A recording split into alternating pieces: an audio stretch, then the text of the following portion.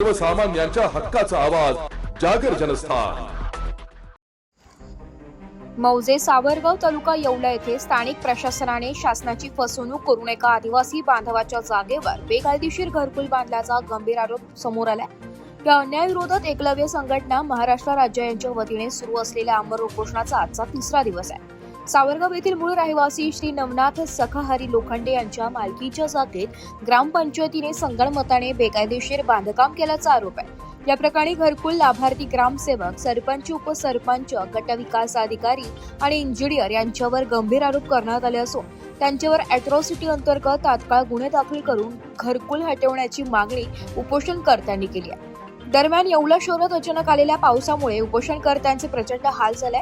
उपोषण स्थळावरून high voltage विद्युत तारा गेल्या असल्याने जीविताला धोका निर्माण झाला असून अनुचित प्रकार घडल्यास प्रशासन जबाबदार राहील असा इशारा आंदोलकांनी दिला।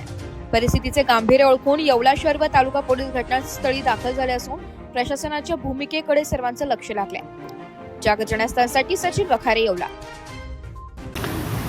आमच्या म्हणजे आम्ही पूर्ण पाण्यानं भिजलो, वारं वावदन, पण तरी म्हणजे अधिकारी लोक म्हणजे भिलं मेले का हाय हे पाहायला सुद्धा येईना। कारण की ते सरकारचा डाव हातावर घ्यात्या, कारण की एका माणसामुळे यायला एवढा दबाव आहे का?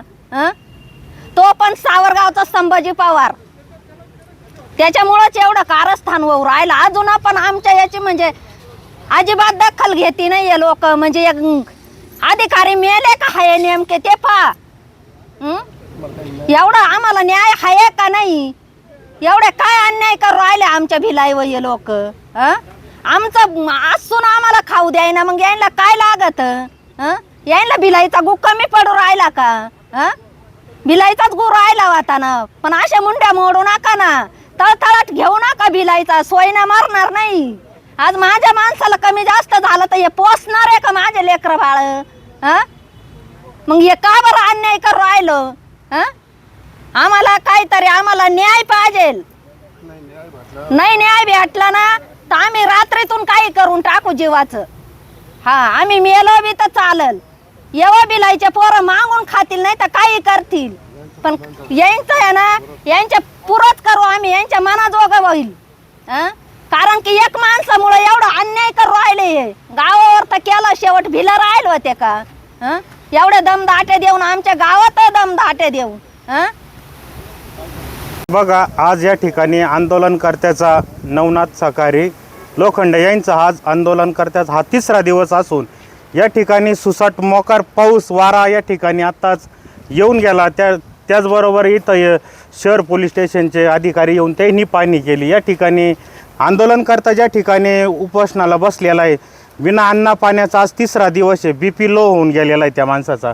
आणि ज्या झाडाखाली बसले तुम्ही पाहू शकता, इथं या ठिकाणी विद्युत रोषणाईची तार पण गेलेली।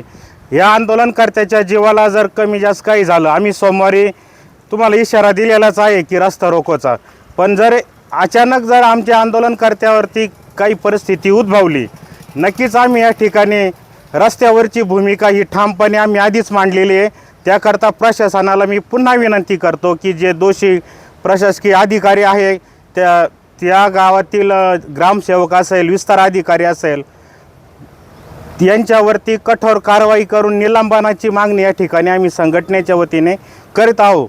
आणि याची जर दखल नाही घेतली, या ठिकाणी फिरणारे जे लोकप्रतिनिधी यांना आम्ही येवल्यात फिरू देणार नाही। आज इथं देशामध्ये बघा, पेट्रोल डिझेलचा तुटवडा असताना अनेक आंदोलनं या ठिकाणी चालले, पण आमचंही आंदोलन भाजप कुठंतरी दडपशाही करून डावलण्याचा प्रयत्न करीत असेल तर नक्कीच आम्ही आमची या लोकशाहीच्या सनदशील मार्गाने आमची लढाई या ठिकाणी आम्ही रस्त्यावरती लढण्यासाठी सज्ज आहोत।